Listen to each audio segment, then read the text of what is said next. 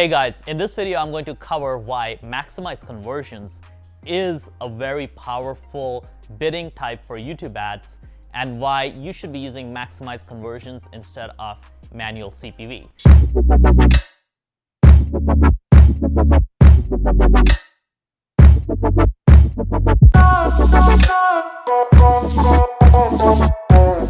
So back in 2019, we used to use manual cost per view bidding for new accounts to get the algo data in before switching to target CPA. So our old standard operating procedure was we would essentially get around 50 to 60 conversions in an account using manual CPV, and then we'd switch to target CPA after that. So essentially this method worked, but it was a little slow for newer accounts. However, we made an interesting discovery in the last few months. Recently, maximize conversions has gotten a lot better, especially with newer accounts. We've been experimenting with using it in newer accounts, and it's really helped them get profitable within 3 times faster than they used to, right? Like before it used to take around a month or so. Now we're getting accounts that are profitable literally in 7 to 10 days. And we had 2 new accounts we recently took on around a month ago, literally started running the ads around 25 days ago.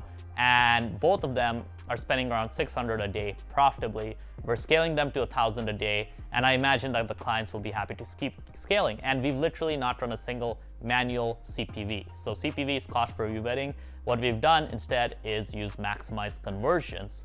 And maximize conversions is just so much more effective than manual CPV. So my new recommendation for my team and for you is to basically use maximize conversions until you get around 100 conversions or so, and then duplicate those campaigns and test them out as target CPA. If the new campaigns perform better with the target CPA, keep the target CPA on and pause the maximize conversions.